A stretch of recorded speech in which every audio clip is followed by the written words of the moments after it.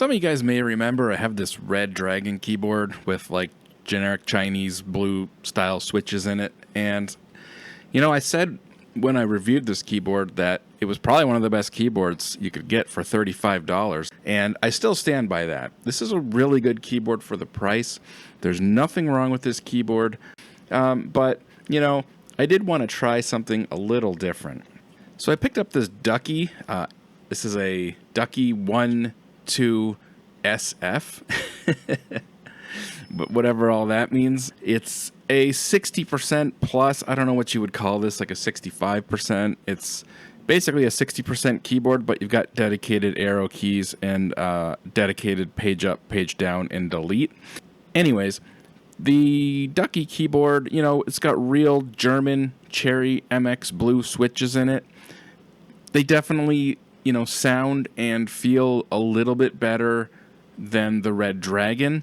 Now that said, the Redragon, again, $35 I paid for the Redragon, and I paid $130 for the Ducky keyboard. So, you know, I put the little O-rings in there to quiet it down because the Redragon's really clackety. I'll give it that. It's really loud. Did make the keys a tiny bit softer feeling, and the travel's a little bit less, so it does feel a little bit different. Does the Ducky feel and sound a little bit better? Yes, and the Ducky doesn't have those O-rings in there, and it's still no louder than the Redragon is with the O-rings in there, but just take a listen. We'll compare the Redragon to the Ducky.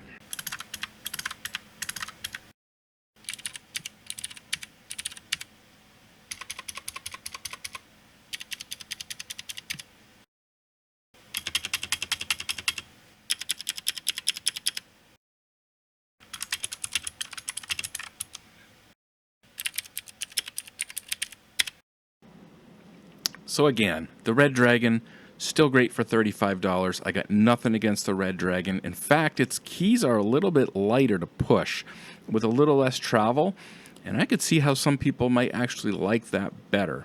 So don't be dissing on the Redragon. Anyways, I really like the Ducky. I like the fact I got the dedicated arrows, the dedicated page up and down and delete. I actually tried a 60% keyboard in the past, and I didn't like it because I really missed the dedicated arrow keys and the, you know, page up and page down. As far as the way it looks, yeah, questionable, right? I mean, these are just the leftover keycaps that I had, like I said, and you know, maybe this would fit someone's aesthetic. It's just not. It's not really for me. I'm not liking the way it looks. But I bought this keyboard, you know, with the intention that I would probably do something a little more custom with it, and so I bought these Epomaker keycaps off Amazon. They're reasonably priced, but they were also shipped and sold by Amazon Canada. So like it was Prime, and I got them next day. I've always said this: I'm not patient when it comes to waiting for things to get shipped. So if I can pay a little bit more and get it quick, I will. But anyways, the quality of these keycaps looks pretty good. They feel pretty good. So let's just go ahead and swap these over.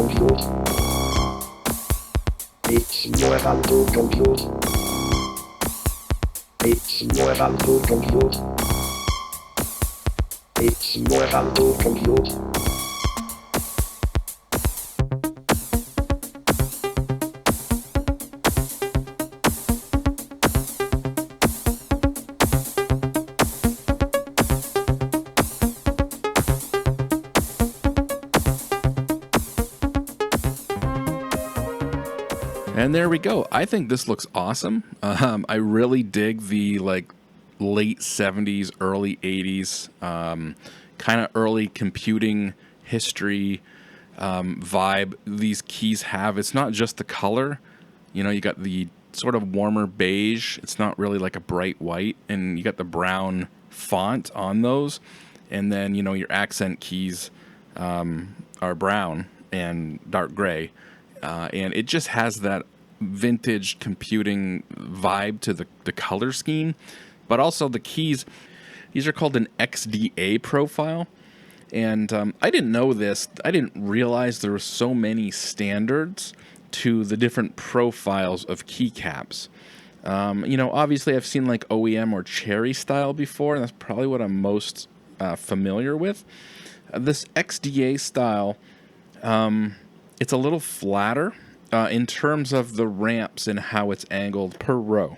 Typically your keys are angled differently depending on what row they're on, and here it's all uniform.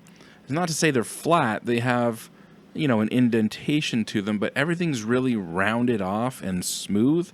And it really reminds me of, like, look at the keys on a Commodore 64, look at the shift key and the enter key specifically, and they look really, really similar to the shift key and the enter key on this. So that's, again, it's part of that just vintage computer style. I really like the way this looks. And it's an RGB keyboard. These keycaps aren't like transparent, so the letters and the numbers won't light up like they did with my last keycap set. That was a Corsair keycap set, and is meant for RGB keyboards where you want the light to come through the letters.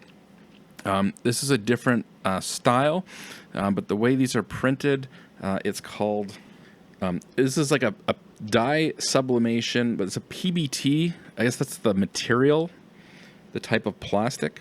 They feel really good. These have a certain smoothness to them. They feel almost like velvety smooth. As weird as that is, the Corsair keycaps had almost like a texture, like a rougher kind of texture. And, you know, the edges were a little sharper, where these are a little more rounded and a little more smooth. I really like the way this feels. I wasn't sure if I was going to. I wasn't sure if it was going to take a long time to get used to typing on this, but actually I started typing on it and picked it up pretty quickly. So here's just a last little sound clip of this keyboard with these keycaps on it, because the keycaps can change the sound a little bit. I would say I noticed it a little bit. But, you know, how thick are the keycaps? Are they rubberized, or, you know, what kind of plastic are they made out of? It can change the sound a little bit. So here's a final, you know, typing test, sound test of the keyboard.